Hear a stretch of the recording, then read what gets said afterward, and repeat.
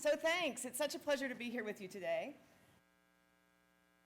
I want to start off by taking us back in time. So the time is 1977. And in 1977, shoppers may have walked into this particular, I believe it's pronounced Myers Thrift Emporium in Ann Arbor, Michigan. Okay? Yeah? You're a crowd of one, my friend. So shoppers on this day were approached by a clean-cut young man and asked to take place in a consumer evaluation survey, just wanting to know what is the best quality.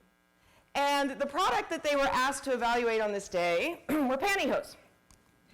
Okay? So men and women alike were shown this array of 4 different brands of pantyhose. The brands were covered, so this was sort of a blind consumer survey. They were asked to feel each of the 4 pair of hose that were laid out for them and to tell the researchers which one was the best quality. Pretty simple. We've all probably done something like that in our lives at Wegmans or wherever. Here's what happened. So we have these 4 different brands. There was a pretty clear preference, right? So this replicated many times over, so we know that it's reliable. In trial after trial, this was the brand that was favored by a statistically significant margin. Okay? The researchers, of course, would ask people why they chose what they chose, and the answers were pretty predictable. So this pair of hose seemed a little bit silkier, yet sturdy. It wasn't quite as rough. If I had to wear those all day, I would be okay with that. I expect that those would not run. They're just higher quality and so on. All the reasons that men and women might choose a pair of pantyhose. There was a trick to this, however. The trick was these were not actually consumer researchers. They were social psychologists. And you may know that anytime a social psychologist is involved in any sort of study like this, there's a catch, right? They're there to trick you.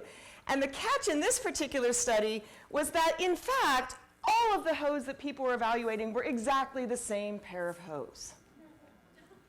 Exactly the same. They even switched these around to make sure that they hadn't inadvertently put a higher quality, no, it all worked the same. People were feeling exactly the same pair, but they were coming up with a clear preference.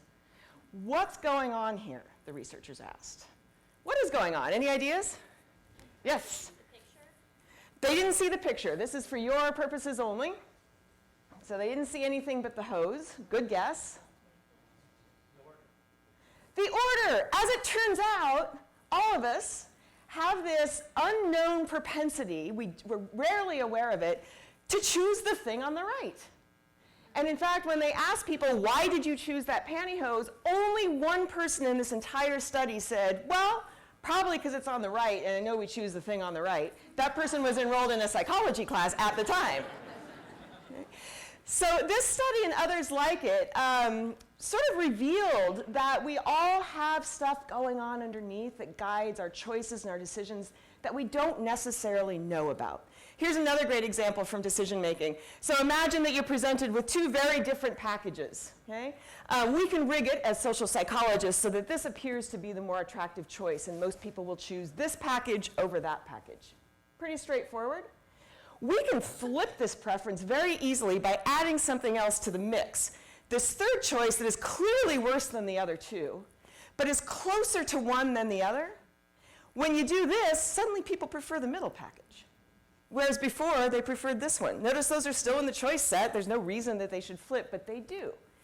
When you ask people, obviously, if you do the same person, they get that there's something weird about their choices, because we all like to be consistent. But if you do this between people, they can come up with perfectly reasonable explanations for why they're choosing what they choose. We know from studies that what they're really doing is saying, oh, this is too hard. I'm just going to go with the one that's different. Right? But they don't know that. Here's something that could be relevant to you as early as today. What do you do when you go to a restaurant, you're presented with a menu? How do you decide what it is that you're going to have for dinner? Ask the waiter. Ask the waiter? What would you ask them? What do you sell a lot of? What do you sell a lot of? Okay, so you might reasonably say, what do other people like? That's a reasonable way to infer what I might like. You probably look at the descriptions, right? If you're not a liver eater, you don't order liver. You order something that you think you're going to like. You may pay attention to price, okay? And you make all of these trade-offs and you decide on something that you're pretty sure you're going to be happy with. Turns out that's only a small part of your decision process. You are being manipulated, my friends. Every time you go into a restaurant, there are people who make careers out of designing menus to get you to order the more expensive thing or the thing with the higher profit margin. So sticking something in a box, for example, has been shown to increase orders of whatever it is in that box. Kind of doesn't matter what it is. So there are all kinds of tricks like this. Now, when you sit down, nobody raised their hand and said, I know what I'm going to order. I'm going to order the thing that they randomly stuck in a box, right? We don't think that way about ourselves. Instead, we have these behaviors, we have these choices that we make, and when we don't know exactly why we're making them, we make up stories, right? We tell stories to ourselves. This whole line of research, there's lots of other really cool examples from social psychology and behavioral economics, has been sort of summarized, I think, very nicely in a book by Timothy Wilson, a social psychologist, called Strangers to Ourselves. And he likens it to kind of us peering through the fog at ourselves and trying to make sense of what we see there and not really being able to put our finger on what's going on with us, right? We do not know ourselves, in other words, in many ways. This is not, I think, a phenomenon just about consumer choices, but I think it does exist. It goes down to the very core of who we are, which is kind of a frightening, one might say, nihilist sort of point of view. Nietzsche recognized this years ago. We knowers are unknown to ourselves, but we may not recognize it, right? And again, this is not just about the choices we make on a menu. It's about the stories we tell about ourselves. And that's sort of where I come into this discussion. My interest is in leadership development, and I believe that one of the foundations of developing great leaders is that we know ourselves very well, that we introspect and we have a very good idea of who we are, what's most important to us, what it is that defines our life. And of course, what we're talking about here is knowing our core values. So if I asked you right now, what are your core values? Could you tell me? Right away, could you rattle off your, say, top 5 core values? Raise your hand if you think you could. Raise them high. Okay, so look around. No judgment here, most of us can't. This is not a discussion that we have on a daily basis in our society, right? We talk about the weather. We rarely start a discussion with what is most important and vital to you in your life and work. That's just weird. People will sort of edge away from you if you start with that question, yeah? So it's not a conversation that we're used to having. Even when we can think about it a bit and say, yeah, I know what my core values are, the next question that I pose to people is, does the list that you just gave me thrill you? Does it excite you down to your toes? Do you have a visceral connection with those words you just told me you are all about? And there, I'm sad to say, the answer is far too often no. So we can say things that we care about, but somehow along the way, as adults, many of us have lost that visceral connection to what those words actually mean to us. Yeah? And that, to me, is a missed opportunity of the highest order, right? When we become disconnected from our core values, which are there, that's when we become strangers to ourselves. And so what I'm going to be talking about today, and we're actually going to do a little bit of practice, is starting to dig down, to take a look at what's actually there for us as a source of energy that we can tap into in our personal and professional lives. To discuss a little bit more about what I mean about core values, let's start about talking what they're not. So here's what core values are not, okay? The first thing they're not are your competencies. So when I'm talking here about core values, I'm not talking about strengths or things that you do well or things that you get a lot of praise for. That's a separate category. So it's not just what you do well. It's also not just a list of societal virtues, right? So some of those societal virtues that you'll see come up again and again are things like honesty, integrity, authenticity. Those are all great and fine. I'm not convinced that they're everybody's core values. One need only look at the behavior of our politicians today and you will recognize that honesty is not a core value, right? Despite what they say. So the societal virtues that we all sort of agree in the abstract are a good idea, that's something else entirely. That's not what I'm talking about. We're also not living here in the land of shoulds. right? I'm actually in this work right now with our engineering leadership students. One of the things we do in our certification program is offer each of them an hour and a half of individual coaching only on this topic. What are your values? And so many of these young engineers start out with, well, I should study more. I guess studying's a value of mine, right? Or I should just be more generous with my friends. That's not what we're talking about either. That's a separate conversation. When we're talking about value, it's not things that you beat yourself up because you don't have, right? You know you've hit on a value when you stand a little bit taller, when it makes you feel like a little bit better person, okay? So it's not a should, it's not a wish. I wish I would do more of that. I wish I could lose 15 pounds. Separate conversation. It's certainly not a company motto.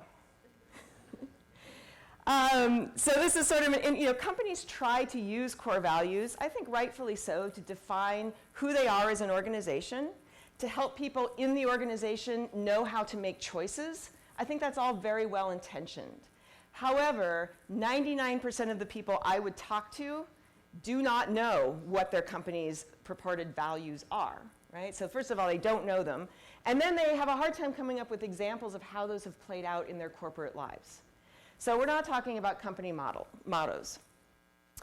We're also, weirdly, not just talking about things that you value, okay?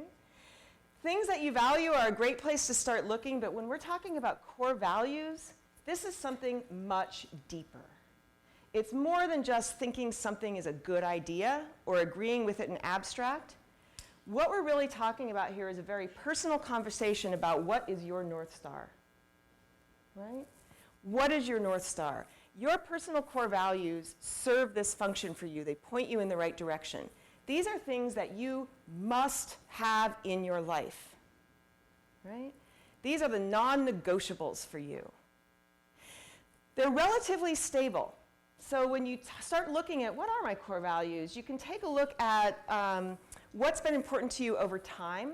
Many times you'll come back to a childhood incident that really sort of exemplified something that you hold dear today. Okay? They can change, for sure, but they do tend to be relatively stable over time and also over situation. So another question I often get is, in fact, I recently asked a group of Mexican bankers that I was working with for their core values, and a hand shot up, and a guy said, well, do you mean my professional values or my personal values? Right? I said, it's a little disturbing that there's a difference. But for many people, there are. They sort of compartmentalize into what I care about at work versus what I care about as a human being. I think at our best, those are unified, right? So these values will show up again and again, regardless of the circumstance. They're unique to you. For sure, people share certain values. But the constellation of values that define you and the way you think about those, that's all yours. And that's a beautiful thing, right? That's really where people get interesting, when they can have these conversations about what they're bringing to the table uniquely. Bless you. Values are also there even if you don't know it. Just like choosing the pantyhose, there was some dynamic at work there even if you didn't know it. Values are there. You have them, okay? Don't despair. If you didn't know what they are, I'm here to guarantee you, you have them. You just may not have introspected about them for some time, possibly ever, right? You may not have connected to them, but that doesn't mean that they're not there. At their best, values guide our decisions, again with the North Star. We might favor one option over another for reasons that we cannot explain, but if this is where you get into intuition and listening to your gut, often what's happening is some choice is resonating with something that's near and dear to you, that you just deeply hold. So they're there even if you don't know it. Your set of values may not be compatible. That's kind of weird. Here's an example from my own life.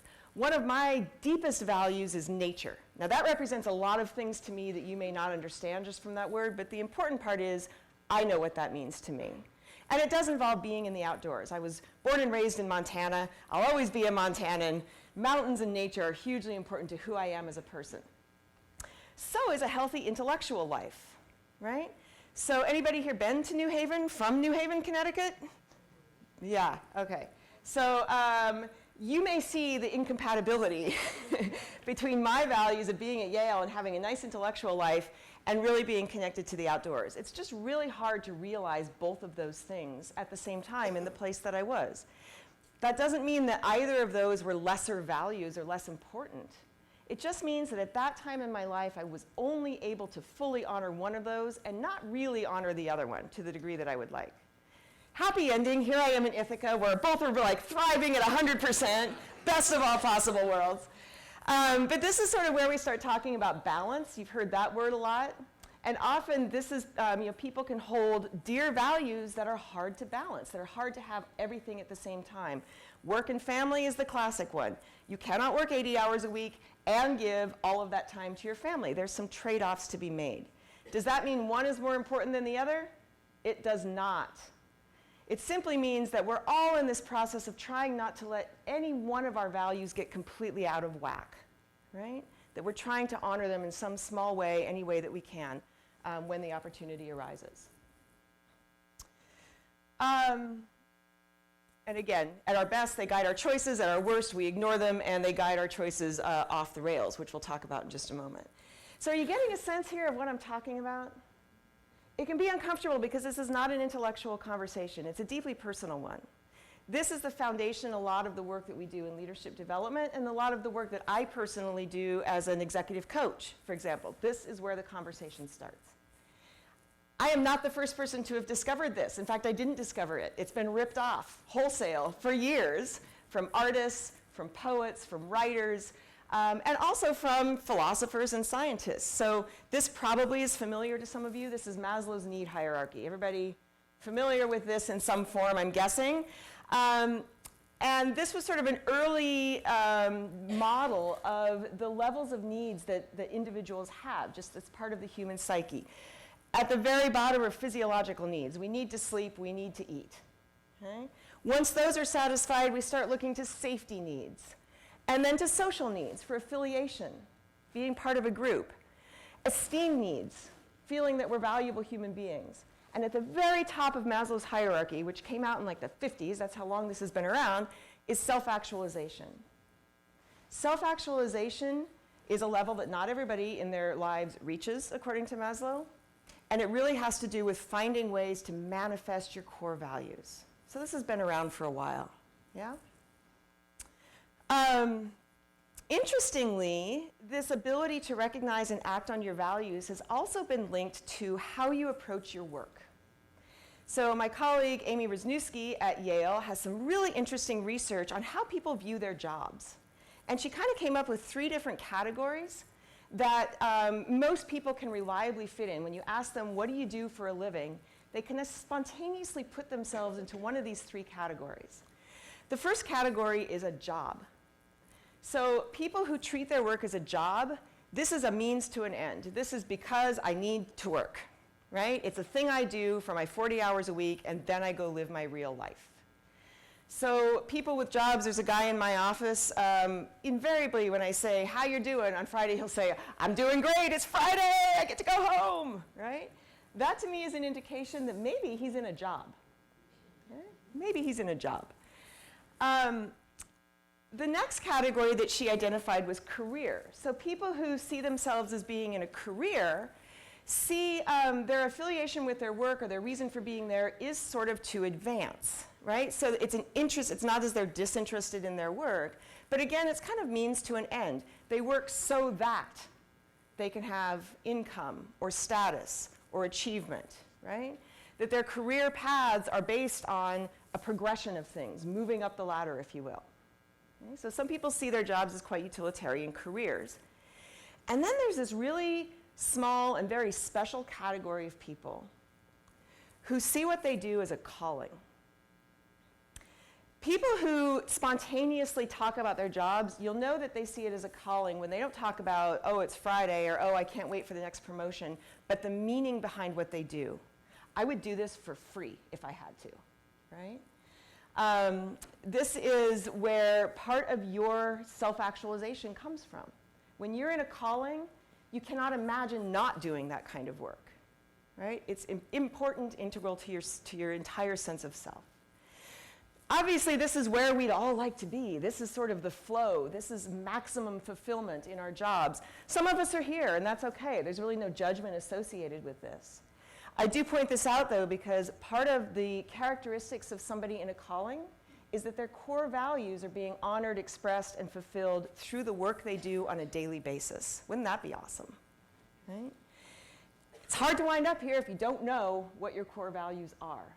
Right? And so I just find this fascinating research. I do want to make clear, it's not necessarily about the work itself. So it's not as though all janitors have jobs, right? And all executives have careers and all volunteer workers have callings. That is not the case. In fact, one of the really interesting things about this system is that it doesn't matter what the job is. People with jobs that you may see as sort of meaningless or menial can find great meaning in that work for themselves. They can live very fulfilled lives choosing the work that matters to them, regardless of whether it would matter to you.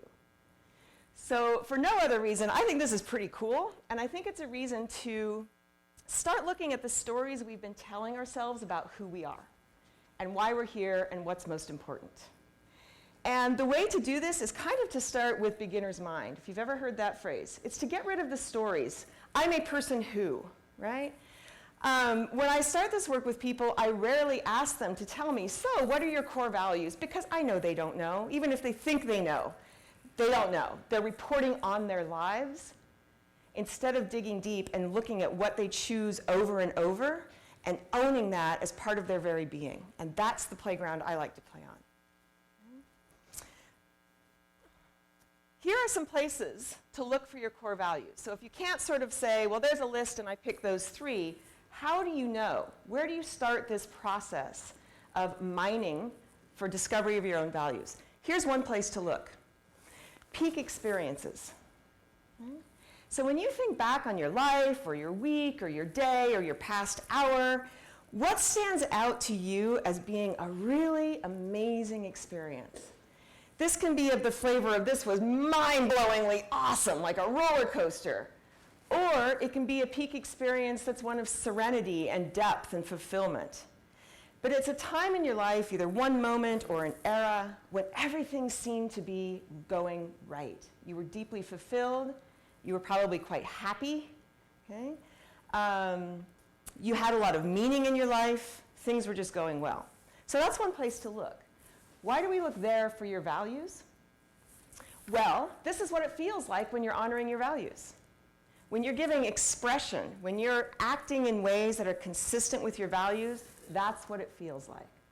And so if you can look back over your life at the peak experiences and look at what was going on at that time, what was happening with me and the world around me, you'll start to see some themes emerge, right? That every time this thing was present, this is how it felt. That's a clue.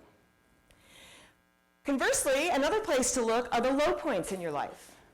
When were you angry, frustrated, bored to tears, depressed, sad, you just wanted out, you felt stuck or trapped? Okay?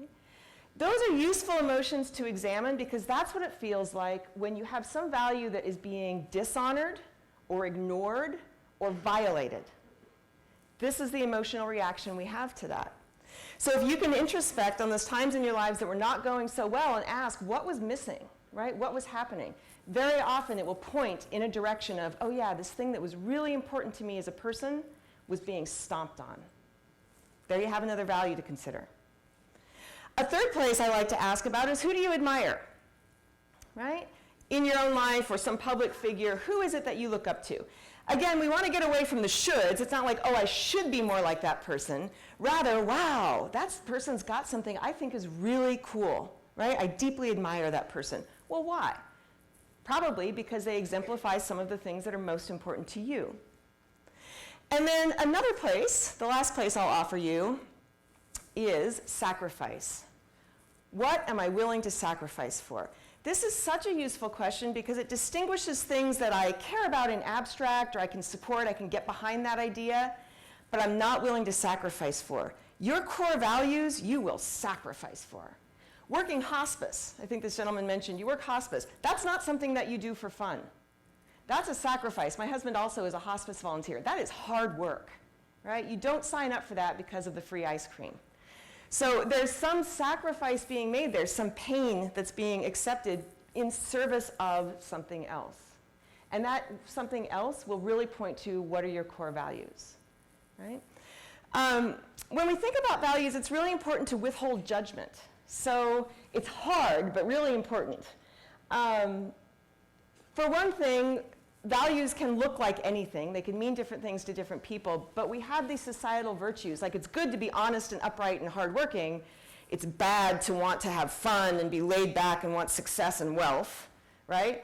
And if we resist that, perhaps one of our values is success and wealth. The more you resist that, the more miserable you're going to become. So in this conversation, the ground rule is there's no judgment, right? You can try and resist. It doesn't mean that it's not a value. It just means you're not honoring that value. Okay? So there's no judgment. It also, when you take a look at what your values are, just because you count something out as a core value, again, we're looking for probably 5 to 6 core values that you can really sort of connect with quickly. If something doesn't make the cut, it doesn't mean that you value the opposite of that thing or that you have no regard for that characteristic. So I'm here to admit, honesty, not one of my core values. That shocks people sometimes. What, you're a liar? No, I'm not a liar. It's not that I'm a liar. Really, for me, it comes down to this. Am I willing to sacrifice, for example, somebody's feelings for honesty? I am not. I'd much rather lie about someone's haircut than have them be hurt because of my words. Other people feel differently, right? I can respect and honor that. It just happens to not be in my core set of things. So I don't value dishonesty, but I am not willing to make some of the same sacrifices as other people who count that among their most important characteristics or qualities. Yeah? Here's an example. This actually came up recently in some coaching I'm doing. Money actually came up as a core value, a peak experience. I was making a ton of money. It was great, right? When were you miserable? When I didn't have any money. So one tool that I like to encourage you to use is, we call it the double click. So you know when you're on a website and there's a link and you double click it, it takes you to something else that's related, but perhaps a little different or deeper. What's underneath that?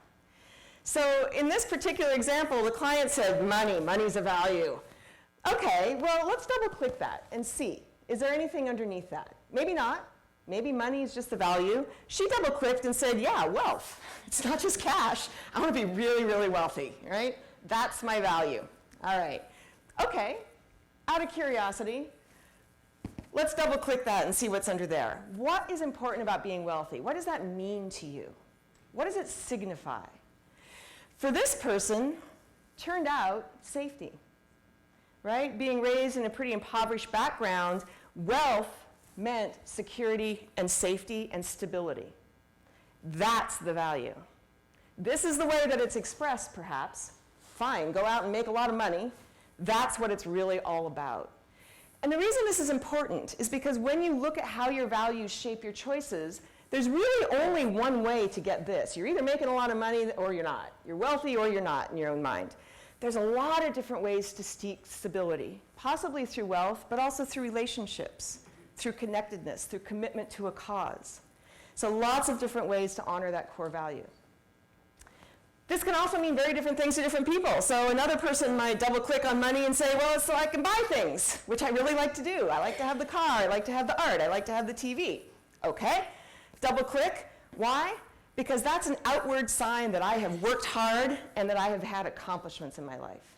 So what that signifies to me is that this thing that's so important to me is present.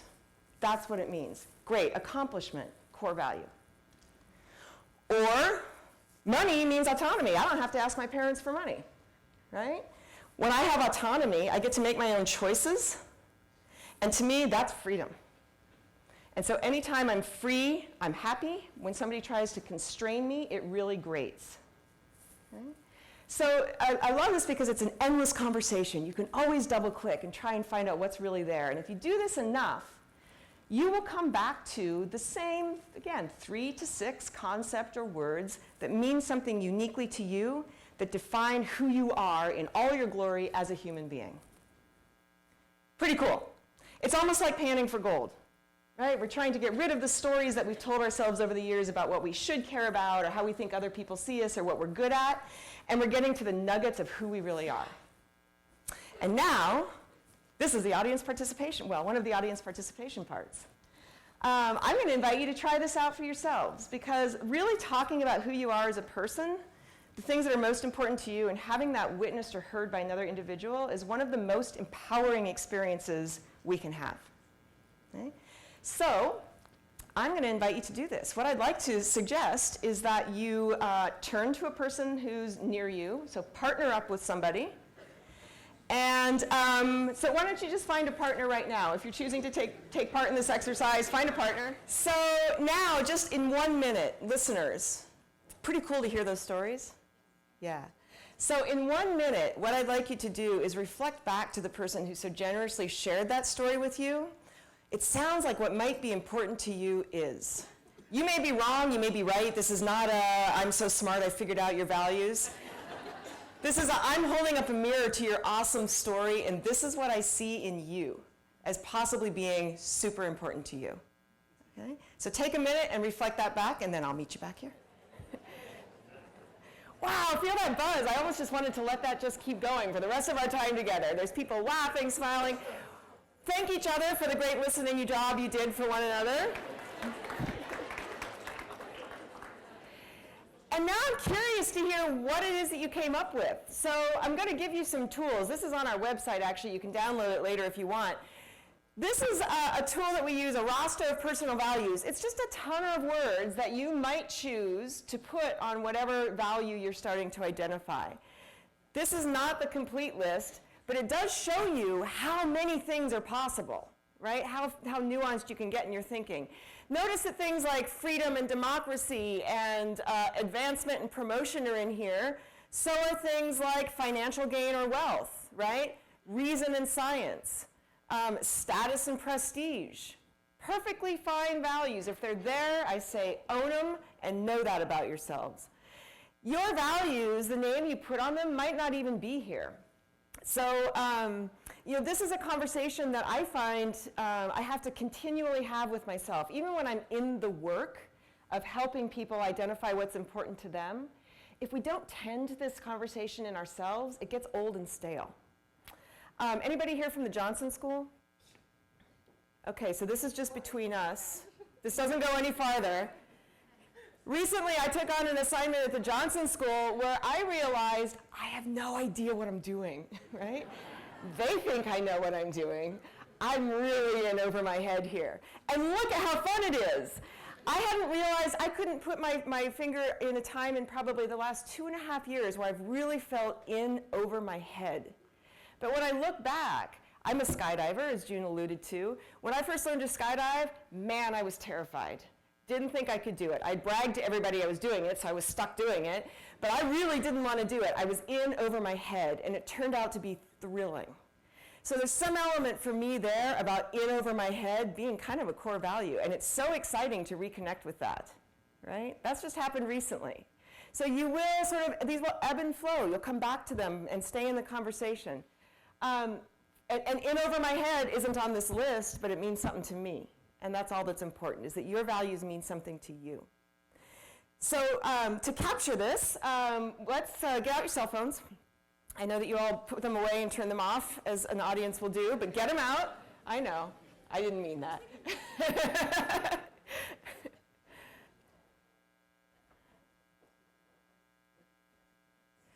And this is a two-step thing. The first thing you have to do is sign on to this poll. So you're going to text to this number, 22333. Put that in. So it's just a text message. The first thing you need to do is text Erica Dawson 300 to that number, and you should get a little message back that says you're registered for the poll.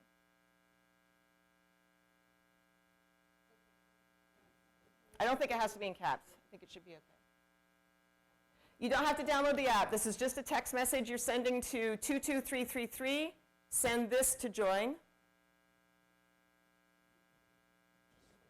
When you've successfully done that, you're going to send a second text, same number, and the question is, a core value of mine. What did you just discover about yourself? What's most important to you? One word that captures a core value. Text it to this number.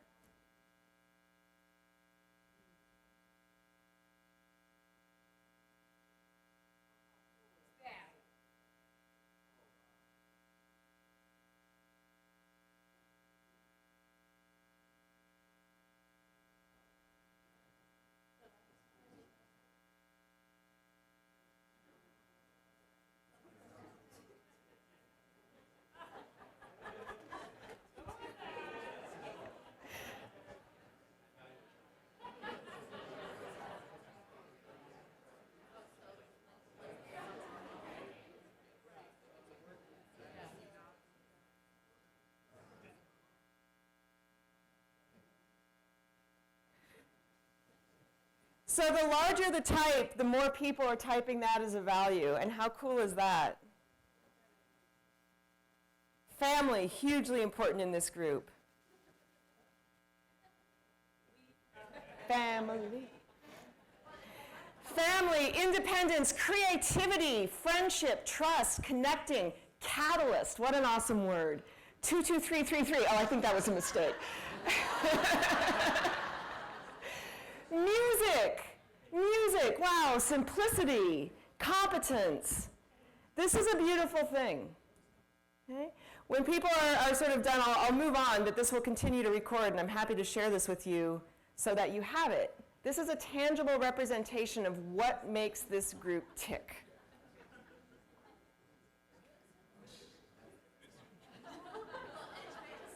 Yeah. It's not like there's anything that's like really small, right? There's a lot of shared. Yeah, so nothing is really tiny. There's a lot of shared values here. And some of the values that are the same, like family, can mean different things to different people, right? Your double click might lead to different areas, but family is still important. And some of you probably have a value that nobody else here named, and that's awesome too. Okay? What's it like to look on these words? Just great. What else? We need t-shirts with this on. Somewhere in the book.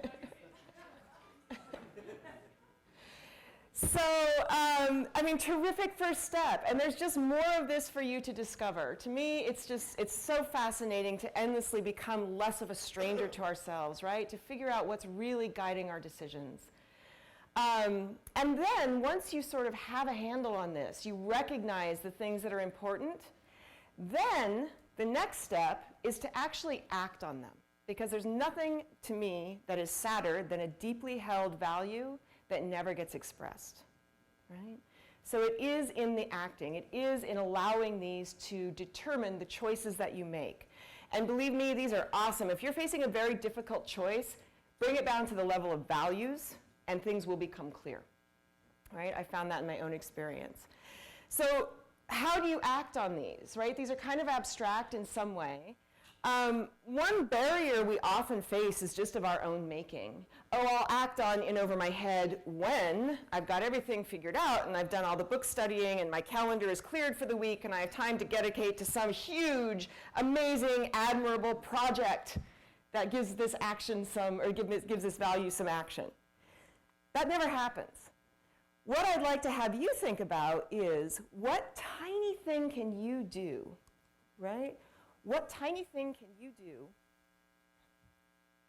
that will move you closer? So if this is the full realization of our core values, anytime we're somewhere on the step, sometimes closer, sometimes farther away, that's okay. Don't worry about how you sprint up this ladder. If you're on this rung, what small step can you take that will just move you closer and be even a token expression of this deeply held value? Because that feels awesome, right? It doesn't have to be grand. I'll give you one example that I just found, values at work. This is a small opportunity for a group of people to do something completely mundane, like moving chairs from one room to another, in a way that actually expresses a real value. That's pretty fun.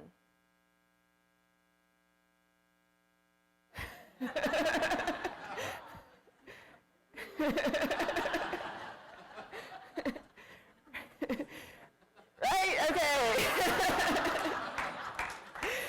So that tells you something about what they value. Here's another one. Something as menial work as serving ice cream to people, right? Take a look at how it's done.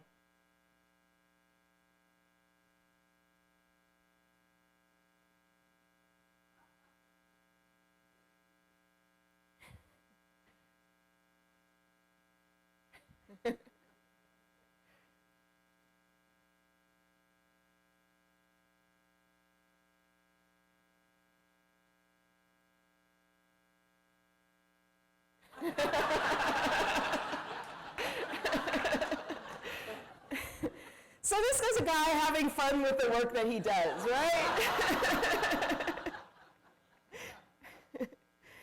And you can find examples of this.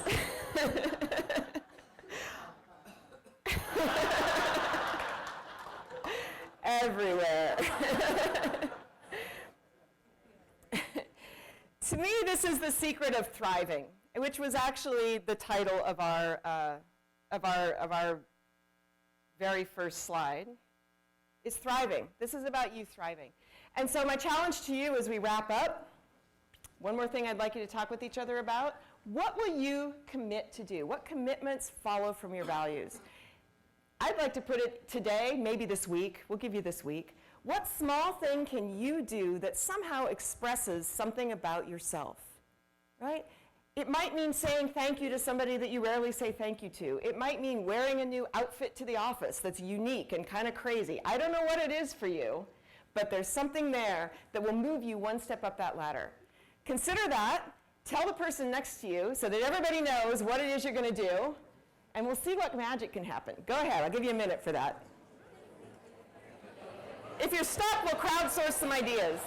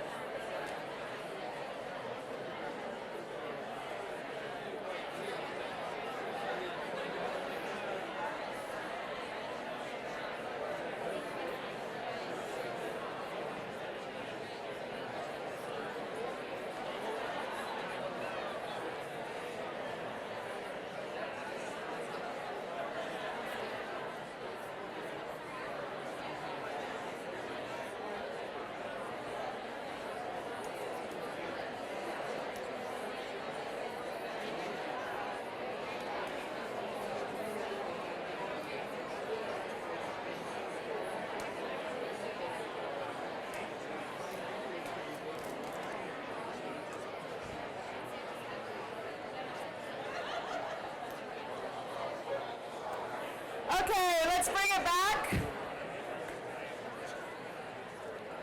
Let's bring it back. Anybody want to offer to tell this entire room what they're going to do this week? Because then you got to do it. Who wants to commit in front of all of us? What are you going to do this week? I'll call on someone if I have to. Please. You're going to finish knitting something. Awesome. What value does that represent to you? Creativity. Love it. One more. Can I tell you something else? Please. Yes. I'm Josiah Bob's mom. Oh my God! Josiah and I skydive together. So nice to meet you. Josiah's a great kid. Oh, thank you. Did you want to offer? So this is sort of a shared value of caring, and a group of us got together, and that's why we're providing the buses for the event tomorrow, because we care that some people might have a harder time getting to the event. Love it. Love it. Please, yeah. Really nice and such a great example. Perhaps you were going to do that anyway. Now it has some meaning, right? Perhaps. So if you came up with some grand plan, again, the second key to happiness in life, besides honoring your values, is low expectations. So So if you must, lower your commitment, but do something. Do something. The reason that we're talking about you doing something, obviously this work starts with you, and I get a great deal of satisfaction of helping people get closer to their own self-actualization. Also imagine what could happen if you were able to bring this same conversation every day into the work that you do, right? So you work with alum, people from all over campus. Imagine if you could have the same impact on them, right? So if you could help people who are connected to this campus frame their engagement in terms of what are the core values that they're honoring through their engagement with our campus. That is motivating to people. That's what lights people up, and that's what keeps them really engaged in the work that you're trying to do. So this is not just for you, it's a tool that you can bring to your relationships, personal relationships, and your professional relationships. And on that note, I'd actually like to wrap up with some genuine thanks to all of you as a beneficiary of the work that you do. Everything that you bring to your job has allowed me, personally, to realize my own calling through my work with the Engineering Leadership Program. And I'm very fortunate daily to have the opportunity to act on my deeply held values. And for that, I have you to thank. So thanks very much.